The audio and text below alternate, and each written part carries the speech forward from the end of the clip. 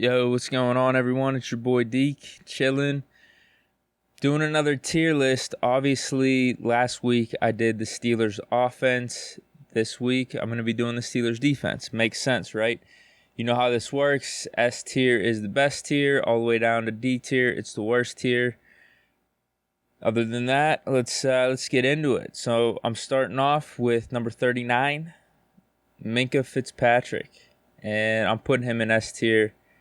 I think it's clear as day you put him in S tier, one of the best three safeties in the league. You could maybe say best, you could maybe make that argument, but he made an All-Pro last year, obviously a Pro Bowler. Came to the Steelers, who, remember at the time, after week 1 and week 2, we let up over 30 points to the Patriots, and we let up 28 points to the Seahawks. Our defense was looking pretty abysmal. Minkah comes over, creates 2 turnovers in our week 3 game against the San Francisco 49ers, and the rest is history. Steelers became a top 5 defense. We saw all the impact plays that Minkah made throughout the year. They called it the Minkah effect. 5 picks, touchdowns against the Colts, the Rams. He made a really big impact, and like I said, Pro Bowler and an All-Pro last year, one of the top safeties in the league. So yeah, clear as day, he is in S tier. I don't know why anyone else would think otherwise. Next, we have number 34, Terrell Edmunds, and I'm going to put him in B tier. He gets a bad rap here in Pittsburgh for some reason. I'm not sure. Maybe I think people were a little concerned about his coverage, but at the same time, if I was about to tell you that he had 105 tackles as a safety last year, like that's no slouch. Those are pretty good numbers. There's no reason to put him in C tier over 105 tackles as a safety. Yeah, could he improve? Yeah, sure. I mean, the thing is though, he's a first-round talent, only 2 years in the league. He's still young, so I think there is still room for improvement. Where he can make it up to that A tier potentially next year, depending on how he does. But like I said, 105 tackles, he's really not that bad at all. He's not that bad. I would say above average. That's why I'm putting him in B tier with room to improve and upside. Next, we have Joe Hayden, and I'm putting him in S tier as well. In my opinion, a top 10 cornerback in the NFL. He was tied for 4th in interceptions last year with 5. Minkah also had 5. Man, I would just say the impact that he's had on the Steelers is it's just up there, because think back to our cornerbacks over the past, 20, 25 years. We haven't had a cornerback like Joe Hayden. Some may argue Ike Taylor. I would definitely say Joe Hayden is a better cornerback than Ike Taylor. You would have to go all the way back to Rod Woodson. So the impact he's had whenever he came over here in 2017 has definitely been felt, and definitely our secondary has improved since he got here, so it's no coincidence. And last year made a Pro Bowl. Like I said, a top 10 corner in the league, so no reason to not put him in S tier. And next we have Steven Nelson. I'm going to put him in A tier. I think one of the more underrated cornerbacks in the league. And there was that graphic, you guys have probably seen it, that was floating around on Instagram that compared Steven Nelson to Stephon Gilmore. Outside of the interceptions, Steven Nelson's stats were kind of comparable.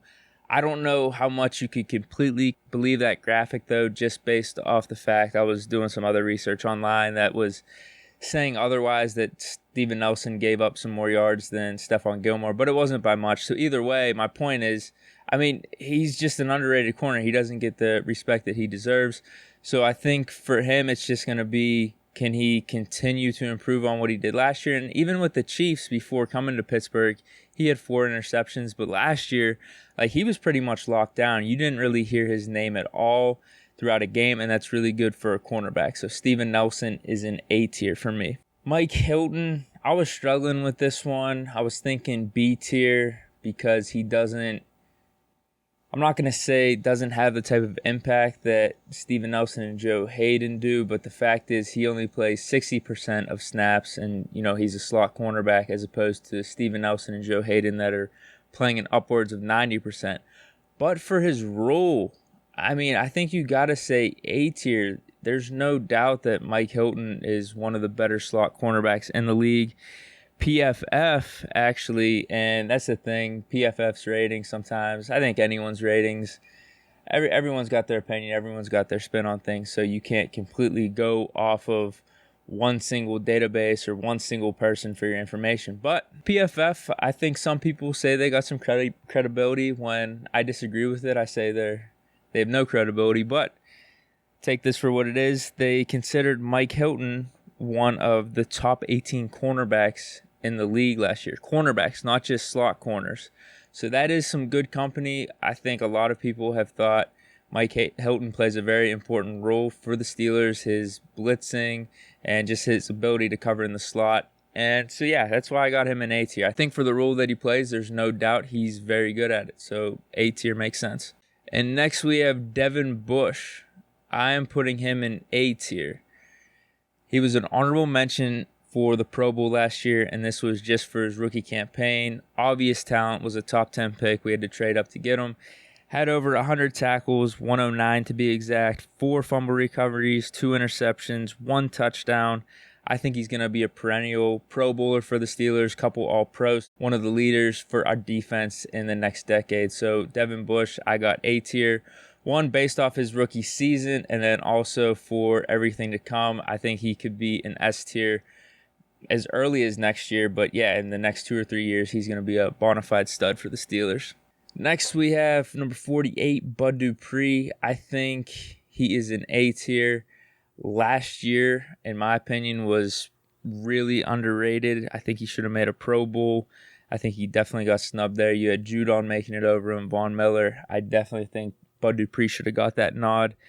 16 tackles for loss, 4 forced fumbles, 2 fumble recoveries. Just a lot of big plays throughout the year. If you could just look at his highlights from last year, you will definitely be impressed and almost think, man, I completely forgot Bud Dupree played this well. Don't forget the 11.5 sacks. I think A tier makes sense for Bud right now with the potential going to S tier. If he could repeat what he did last year going into next year for 2020, I think there's no doubt he would be S tier. That's one of the biggest question marks, though. It's just, is Bud Dupree a one-hit wonder? So we'll just see. We'll see what happens in 2020. But right now, Bud Dupree is definitely an A tier. Very underrated. Next, we have TJ Watt. And he is in S tier. No doubt. I don't really need any explanation for this. So I'm just going to move on. And next, we have Vince Williams. I'm putting him in B tier. Limited a little bit in terms of pass coverage. At the same time, is a really good blitzer and run stopper, especially for an inside linebacker. You look back at 2017, he had 8 sacks. 2018, he had 4.5, and that was only in 4.5 games. But at the same time, there was obviously a reason we brought in Mark Barron last year, and that's why Vince Williams only played 30% of the snaps. But at the same time, he was pretty efficient with it. PFF said he had one of his better seasons last year in that limited time. So overall, I think B tier for Vince Williams, just an overall solid player. But like I said, just some limitations in his pass coverage. It'll be interesting to see if he has that expanded role again this year with him and Devin Bush probably being the main guys, or if we're going to give one of the younger inside linebackers like Ulysses Gilbert an opportunity this year. But right now, overall, like I said, Vince Williams is in B tier. And next we have Cam Heyward. I'm putting Cam in S tier. I think he's been underrated for most of his career.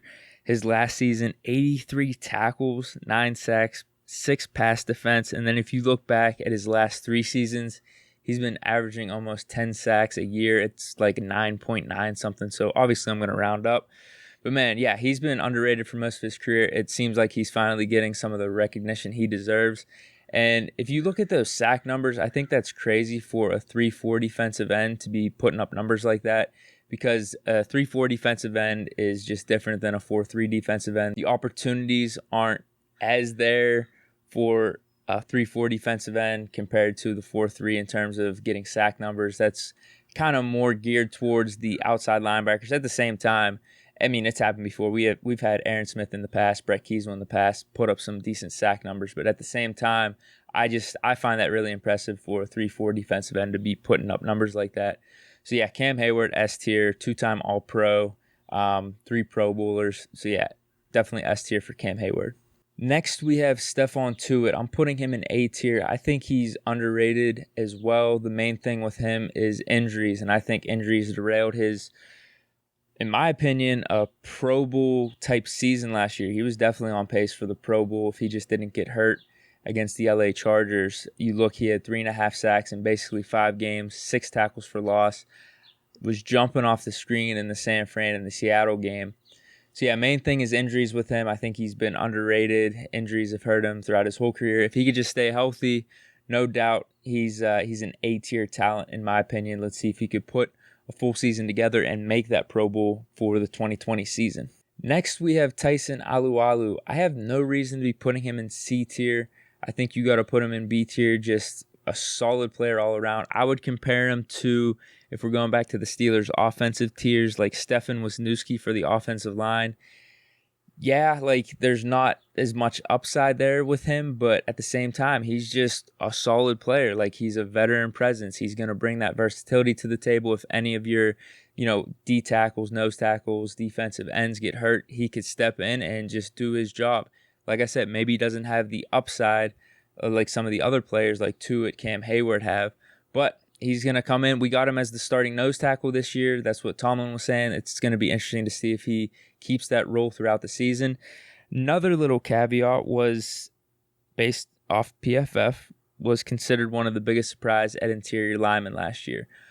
Like I said, he's not going to completely blow you away, and you know what you're getting from Tyson Alualu. Veteran presence, versatile, just a solid overall player. So yeah, B tier. No reason to be putting him in C tier. Next, we have Chris Wormley. I think with him and actually these last two as well, Dan McCullers and Isaiah Buggs, it's just going to be a wait and see. We obviously traded with the Ravens for Chris Wormley. Dan McCullers has been around for a little bit, and then Isaiah Buggs is probably the least experienced out of these three. Actually, definitely the least experienced out of these three. Has only 1 season under his belt, was drafted 6th round out of Alabama last year. So we'll see what happens with these three. I think for the most part, the reason I got him in C, it's just like a wait and see what kind of role is Wormley going to carve out for the Steelers for the defensive line. Same with McCullers and Buggs. I think Buggs probably has the most upside because he's the youngest. And like I said, 6th rounder coming out of Alabama. It's probably going to be between him and McCullers trying to get some snaps from Tyson Alualu for that nose tackle / defensive tackle position. I think either one of those might have a chance to maybe get 40-50% of the snaps and maybe have more of a lead role as the season goes on, depending on how they're able to play. So right now, just those three in C tier, just more of a wait and see. So that is it. This is my tier list. Let me know what you guys think. If you agree with it, you disagree, where should some of the players be in your opinion? But other than that, I hope you guys enjoyed the Steelers defensive tier list. Stay tuned for more. And like I said, I appreciate you guys for tuning in. And stay chilling, my friends, and peace.